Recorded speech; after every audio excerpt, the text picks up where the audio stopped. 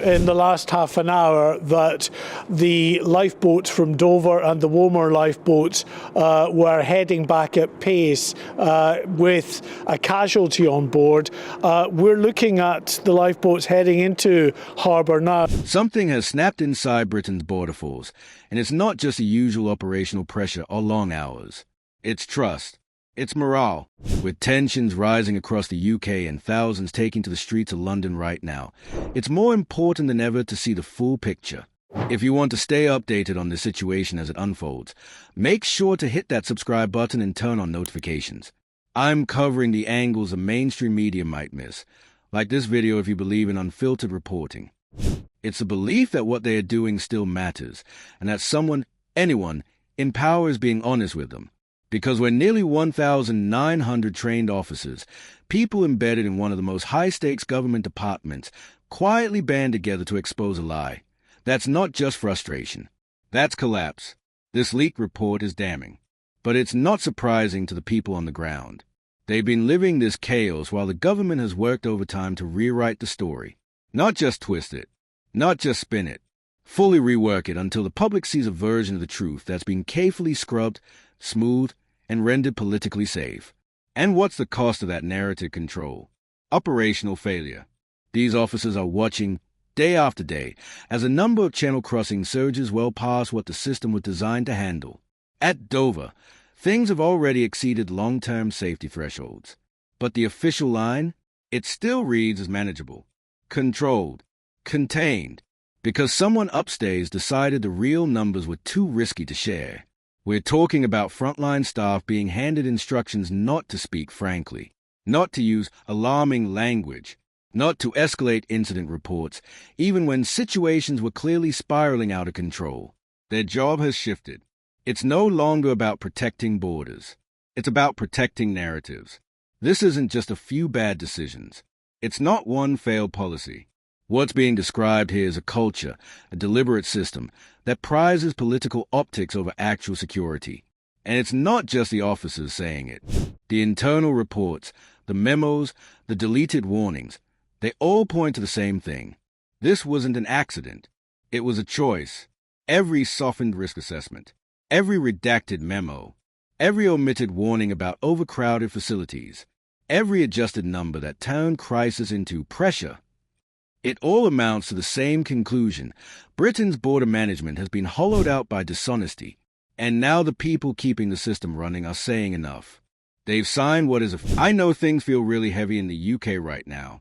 There's a lot of division and noise on the streets, but I want this channel to be a place where we can come together. If you want to be part of a supportive community, please subscribe. And like this video to show some love to everyone feeling anxious about the state of things right now. Stay safe out there, everyone. Effectively a letter of no confidence. A mutiny against the very institution they serve. Not out of disloyalty, but because the loyalty they showed was not returned. The officers say they've been used. Not just overworked, not just stretched thin, used to support a fiction. A fiction that tells the public the system is fine while they're up to their necks in something far closer to collapse. And that fiction isn't just hurting morale. It's endangering national security. Think about what this means. If officers are working under deliberately manipulated data, if their internal warnings are being deleted or rewritten, then who's actually tracking the crisis? Who's responsible when reality can't make it past the first level of management without getting whitewashed? This kind of internal censorship isn't just irresponsible. It's dangerous. It erodes a chain of command. It creates false confidence in a system that is actively failing. And it pushes good people, trained, capable professionals, into silence. The report makes it clear. This isn't just about the number of people crossing the channel. This is about what happens when a government chooses denial over disclosure. When it tells the public everything is fine, even as internal documents scream otherwise. The crisis at Dover is already over the line. Overcapacity, overwhelmed, and openly misrepresented. But the situation isn't unique to one location. This is part of a broader systemic rut, one that's being held together not by reform, but by narrative control. And the cost of that control is rising. The culture described in the report is one where transparency is treated as a threat, where off-the-record whispers have replaced official briefings, where people are so afraid to speak up, they are passing warnings through back channels just to get anyone, to listen. And yet, instead of being met with action, they are met with more of the same. More suppression, more manipulation, more attempts to massage the facts into something politically convenient. This is a credibility crisis, not just for the border force, for the entire government apparatus. Because when the truth is so systematically buried, what's left to trust? Officers are saying they no longer believe the public is being told the truth. Worse, they believe their work is being used to hide that truth, that their uniforms, their reports, their authority is being leveraged to create the illusion of order where there is none. They didn't sign up to be spokespeople. They signed up to secure the country. And now they are trapped in a role that demands silence while everything falls apart around them. And it is falling apart. Dover has passed every internal metric for safe operation. You've seen the headlines, but the atmosphere down here is completely different. Subscribe so you don't miss the raw footage I'm releasing later this week, and like this video to help push this unfiltered reporting up the algorithm. Migrant numbers are exceeding what the system can physically handle, but none of this makes it into the official communications. Instead, the data is truncated, sanitized, removed. Even internal alerts, those designed to trigger rapid response, are being filtered. Zones marked as at risk of losing control have had those warnings stripped before they reach senior officials. Not because the danger wasn't real, but because acknowledging it would be politically inconvenient. And what does that say about priorities? If national security takes a backseat to PR, then the border isn't just porous, it's vulnerable. Vulnerable to failure, vulnerable to exploitation, and vulnerable to public backlash the moment these truths can no longer be buried. The officers aren't just raising operational red flags. They are calling this what it is, a moral crisis. They say continuing to operate under this level of dishonesty is not just exhausting, it's unethical. They feel betrayed by a system that expects loyalty while offering none in return. A system that silences truth-tellers and rewards those who keep the narrative polished. And that kind of betrayal leaves a mark, not just on the individuals forced to work inside it, but on the system's long-term integrity. You can't run a security operation on lies. You can't fix a crisis you refuse to admit exists. And you certainly can't keep the public's trust when you're actively erasing the evidence that things have gone wrong. This is more than a border problem. It's a governance problem. And it won't be solved with a reshuffled cabinet or another statement filled with vague reassurances. The truth is out, the mask is off, and now the government has a choice: confront the crisis, or continue pretending it doesn't exist, until it can't pretend anymore. Because the officers aren't backing down. They've seen the cost of silence, and they've decided it's too high. The mutiny is real. It's grounded in facts, in testimony, in leaked internal documents. And it's not going away. So if you're watching this, and you're asking, what now? Here's the answer. Now, we pay attention. Now, we ask questions, loudly. And now, we share the truth. Like this video, drop a comment, share it, and subscribe, because this isn't just another news story. It's a warning. The people who were supposed to stay silent just spoke up. Let's make sure we hear them. And here's where it all converges. At the edge of trust, public accountability, and a border force that no longer believes in the mission it's being told to carry out. This isn't some isolated flare-up. This is a foundational crisis that's been ignored, downplayed, and strategically buried. And now, those who've been forced to live it, with tensions rising across the UK and thousands taking to the streets of London right now, it's more important than ever to see the full picture. If you want to stay updated on the situation as it unfolds, make sure to hit that subscribe button and turn on notifications. I'm covering the angles the mainstream media might miss. Like this video if you believe in unfiltered reporting. Frontline officers, the ones physically stationed at the edge of Britain's national sovereignty, are no longer willing to pretend. And the reason? Because the truth has been removed from the equation. According to the internal testimonies and reports, officers are being asked to participate in a manufactured version of events, where overcrowding at Dover is omitted from reports, where migrant numbers are adjusted for appearance, and where clear warnings about breakdowns in control are scrubbed clean before being passed on to decision-makers. That's not administrative oversight. That's intentional deception. It's not like these officers didn't try to raise the alarm through official channels. They did. But what they found was a system that didn't want the problem solved. It wanted the problem disguised. And now that the disguise is cracking, the government's silence is louder than ever. You have nearly 1,900 trained professionals saying, in black and white, that the border is not under control, that the data being shared publicly is false, and that they've been systematically told not to speak up. And the official response? Nothing. Not even a denial with substance. Just a wall of silence, PR fluff, and business as usual. Because if they engage with the truth, even for a second, they risk unraveling the entire narrative that's been holding this together. That's the gamble. That's what this all comes down to, appearance versus reality. And for years, the government bet on appearance. Control the numbers. Downplay the risks.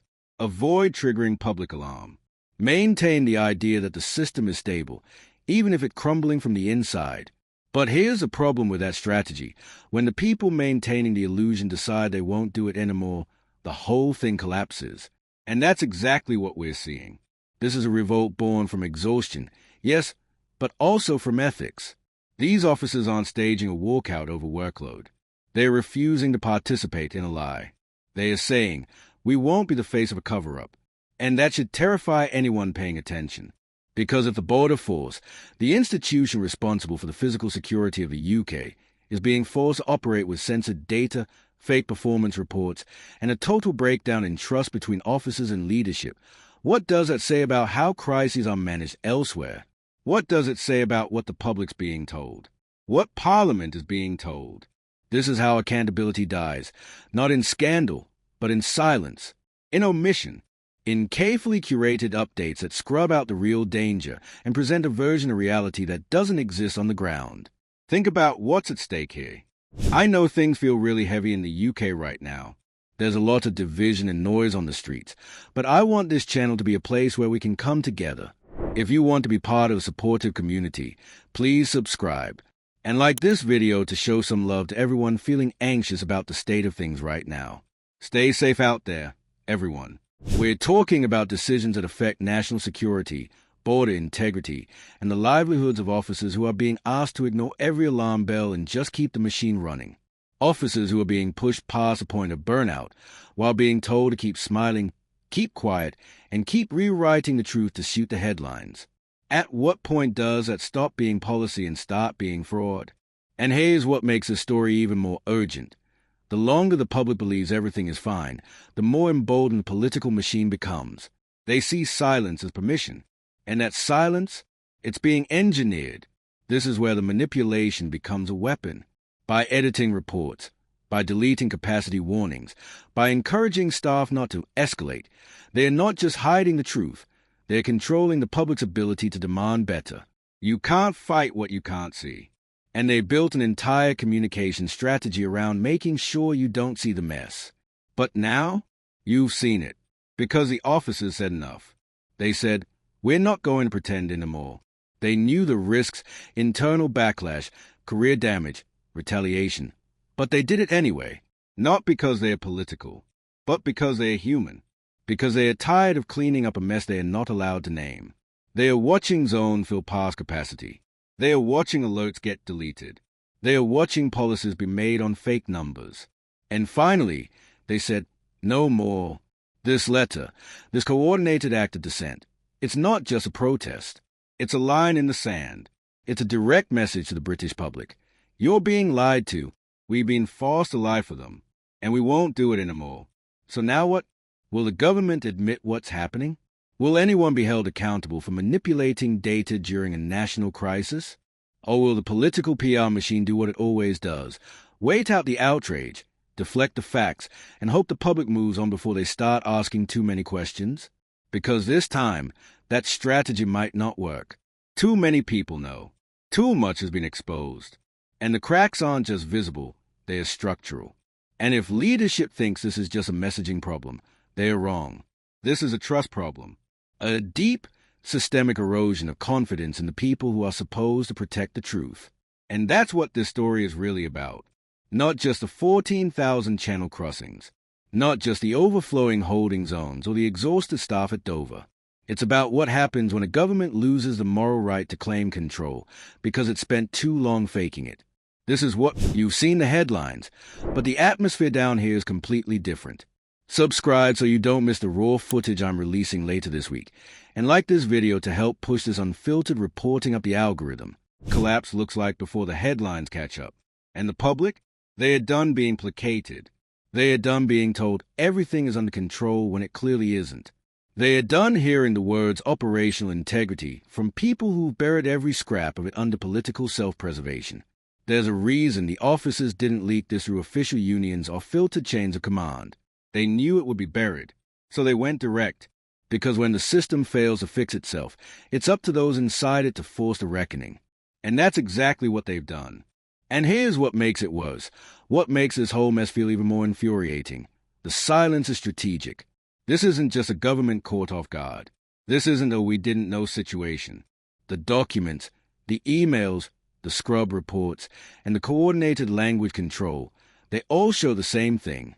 They knew, and they decided the risk of telling the truth was greater than the risk of letting the situation spiral. They saw the migrant crossing numbers surging.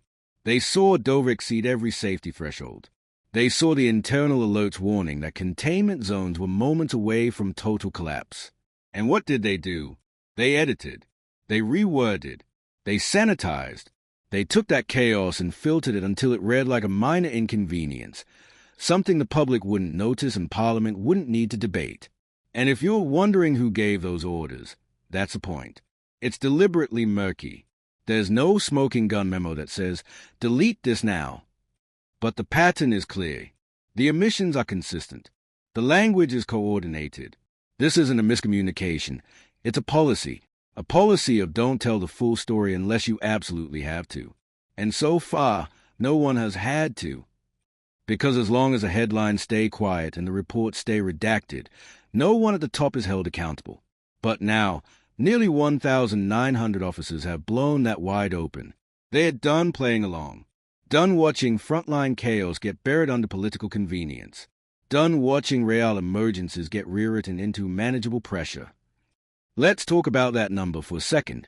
1,900. That's not a handful of disgruntled employees. That's a coordinated, overwhelming consensus from inside the system. That's critical mass. And what are they saying? They are saying the government has lost control of the border, and worse, is lying about it. Not spinning, not sugarcoating, lying. Actively concealing the severity of the crisis, even from its own internal structures, just to maintain the illusion of competence. The front line is calling it what it is. Betrayal, not just of them, but of the public, of the idea that national security is based on facts and reality, not narrative management.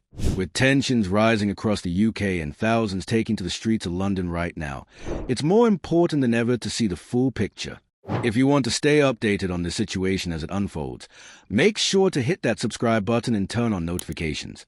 I'm covering the angles a mainstream media might miss, like this video if you believe in unfiltered reporting. Because when officers are told not to include overcrowding in their logs, when risk assessments are rewritten to sound more optimistic, when zones approaching critical failure are labeled as under review instead of urgent danger, that's not operational prudence. That's cover-up. And every day that goes unaddressed, more trust disappears. The truth is, this isn't just a story about illegal crossings. It's a story about a government that decided to hide dysfunction instead of fixing it. It's a story about a system that asks its frontline staff to show up, suit up, and clean up a crisis, only to be told they can't speak honestly about what they're experiencing. And now, they've had enough. They've blown the whistle. They've laid out every manipulated number, every buried report, every act of narrative control, and still not a single official has stepped forward with accountability, because admitting failure, that political suicide. So instead, they hope the story fades, that the officers return to silence, that the public forgets. But how do you forget a warning like this? These officers didn't go public because they wanted attention. They did it because the situation is now so bad and the institutional response so hollow that this was the only option left. They were watching the same crisis the public was hearing about, but the stories didn't match. The reality was chaos. The report said everything was fine. And when they tried to close that gap with facts, the system erased the facts. So now, they are bypassing it entirely. speaking directly to anyone who will listen. They are not asking for applause. They are demanding transparency. They are demanding that the people at the top finally stop pretending and start governing. Because here's what no one wants to say out loud. If the truth were released in full, if the actual migrant numbers, risk levels, and safety failures were made public, the political fallout would be catastrophic. We're talking about a government that would be exposed not just for failing to contain a crisis, but for actively deceiving the public about its scale and severity. This is bigger than immigration policy. This is about governance itself.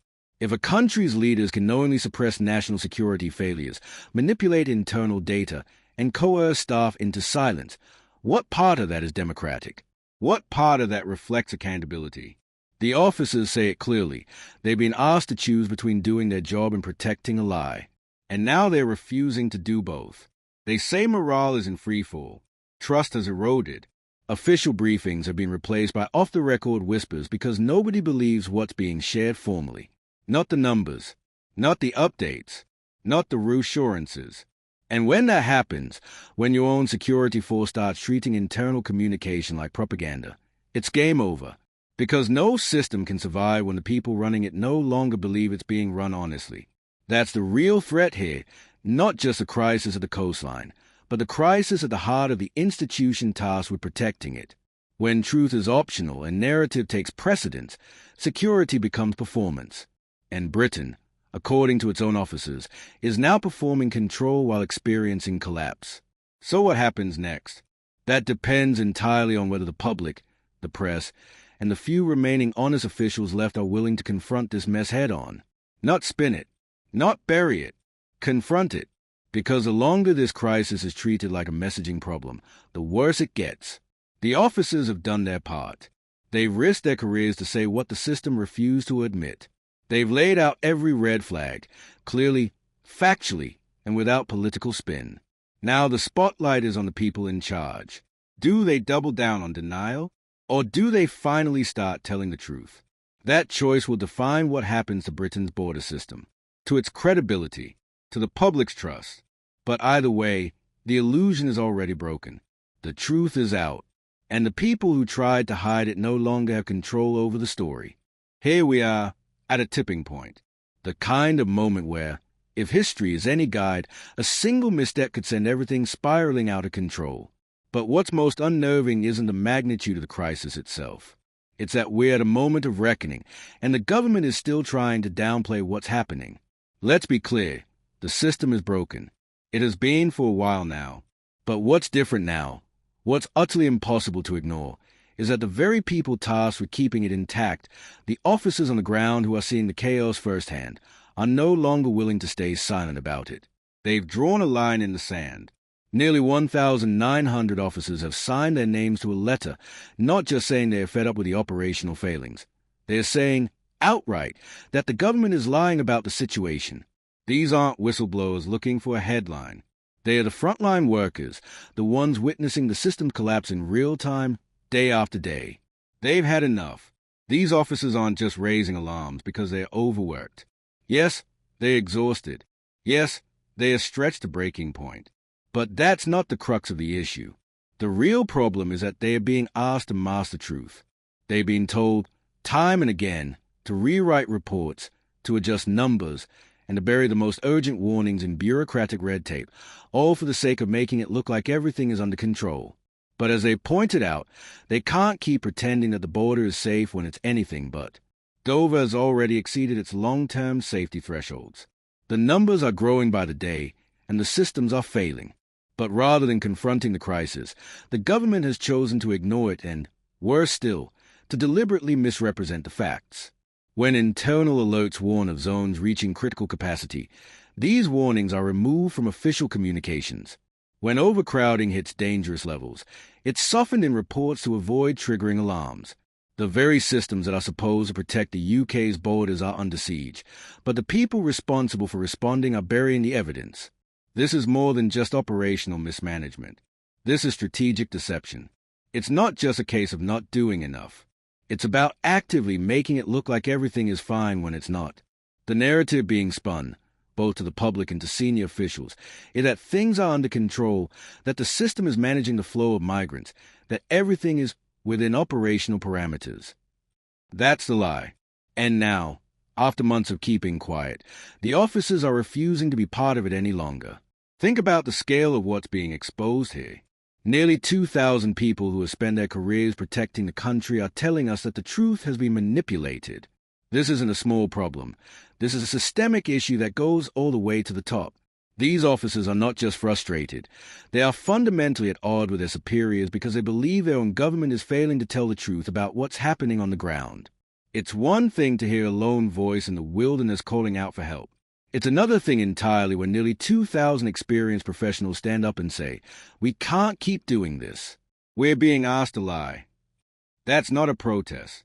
That's an emergency. This isn't about pushing a political agenda. This isn't about taking sides. This is about a moral crisis within the very system that is supposed to keep us safe. And what's being exposed is that the system is not being managed for the sake of safety. It's being managed for the sake of politics. The numbers are being adjusted, the risks downplayed, and the truth buried under layers of bureaucratic doublespeak to avoid embarrassing anyone in power. And let's not forget, this isn't just about an administrative failure. The officers are speaking out because real lives are being impacted. The migrant crossings themselves aren't just numbers on a report. Behind each crossing is a human being, often in desperate circumstances, and the system that's supposed to process and protect them is breaking down under the strain. People are being put into overcrowded, unsafe conditions, and rather than addressing the problem, the government has focused on pretending it doesn't exist. This is where the breakdown in trust comes into sharp focus. The officers on the ground, the ones who actually see the people and the conditions, no longer trust that the system can handle the workload. They no longer trust that the data they are providing will even be seen as valid, let alone acted upon. And more importantly, they no longer trust that their leadership is prioritizing public safety over the need to protect a political narrative. The stakes here are high. National security, public trust, and moral integrity are all on the line. And rather than stepping up to confront the crisis, the government has doubled down on its narrative, sweeping the truth under the rug and hoping no one notices. And what about the officers who are still working within this system? They are burnt out, broken, and increasingly bitter. They've been working tirelessly in conditions that should be unsustainable, and yet somehow they've been told to keep smiling, to keep going, to keep reporting that things are under control. But they know better, and they are tired of carrying the weight of that lie. So now, with no other choice, they've gone public. This is what a moral breakdown looks like. When the people who are supposed to safeguard the country's borders no longer believe in the system they are upholding, you know you have a fundamental problem. This isn't just a story about numbers or operational overload. It's a story about trust. And once that trust breaks, everything else starts to crumble. We're at a critical juncture now. There's only so long that the truth can be buried before it breaks free. And when it does, it's going to be explosive. The political fallout from this will be monumental. The public will demand answers. The officers will continue to speak out. And the government will be left to answer some very tough questions about the choices it made along the way. So, what now? This crisis is far from over. The officers have made their position clear. And now, the question is whether the government will face up to the truth. Will they admit to the scale of the problem, or will they continue to pretend it's manageable, risking even further damage to public confidence in the system? Will the political narrative continue to be prioritized over actual security, or will there be a shift toward transparency and genuine accountability? Because right now, the truth is not just hidden, it's actively suppressed. And that's the most dangerous part of all. When the government starts manipulating data, suppressing vital warnings, and silencing its own workers, that's a breach of the public trust. And once that trust is gone, it's almost impossible to get it back. But the officers have spoken up, and they've forced this issue into the open. They've exposed the cracks in the system, and now the ball is in the government's court. Will they continue to downplay the situation, or will they step up and take responsibility for the mess they've allowed to fester? Will they continue to hide the truth, or will they finally start telling it? This is a moment of reckoning for Britain's government, and it's a moment that the public must not ignore. Because when the truth comes out, and make no mistake, the consequences will be far-reaching. The question is, how long can the government keep the truth buried, and how much longer can it afford to keep pretending everything is fine? The truth is out now, and there's no going back. The silence that's been deafening for months is finally being shattered by the brave voices of the officers who can't sit back anymore, who can't keep pretending that everything is fine when it clearly isn't. This isn't just about border control. It's about something far more important. Trust. Trust in the system. Trust in those who are supposed to protect us. And that trust has been eroded deliberately to protect a narrative rather than a nation. Let's not sugarcoat it. What's happening now isn't just a policy failure or a bureaucratic mishap. It's a systemic issue that goes straight to the top. The government chose to ignore the reality on the ground because it was easier than confronting the truth. It was easier to suppress the data, soften the risk warnings, and spin the numbers into something more palatable than to face the harsh, inconvenient reality. And now, the officers, those who have been on the front lines, dealing with the fallout, witnessing the chaos, are saying, enough. Nearly 1,900 of them have signed on, agreeing that the system is not just overrun, but actively misrepresented. Their careers, their livelihoods, are now in jeopardy, yet they are risking it all because they know the stakes. This is about more than just them. It's about the integrity of the entire border system, the integrity of the government, and the future of the trust we place in those institutions. This isn't a small-scale issue. This is an issue that threatens the very foundation of governance. When a government system so desperately needs to maintain a false appearance of order, when it deliberately hides the truth for political expediency, it's not just a problem for those working within that system. It's a problem for the whole country. It's a failure of leadership, and it's one that could have long-lasting consequences for national security. Every moment the government refuses to acknowledge the scale of this crisis, the deeper the hole gets. The officers on the front lines are watching as the system strains to hold itself together, and they're increasingly aware that it won't be able to much longer. So they've stepped forward to make sure the truth isn't buried again. The message is clear. The longer this is ignored, the more dangerous it becomes. The more people suffer, and the more trust is lost. Now, the question is, what happens next? The government has to answer for its silence. It can't just hope this story fades away. It can't keep hiding behind carefully worded statements that don't reflect the reality. The truth has been exposed, and it's not going back into the shadows. We've reached a point where we, as citizens, have to demand more. We have to stand with those officers who put everything on the line to say, this isn't right. Because if we don't, we're allowing the cycle to continue. We're letting the government get away with failing to address the real issues. The people who are responsible for our safety are being silenced, and the longer we stay quiet, the more damage will be done. So, let's make sure this conversation doesn't end here. Like this video. Share it. Leave your thoughts. Let's keep pushing for the truth, because in a moment like this, the only thing that matters is the truth. We can't afford to look away.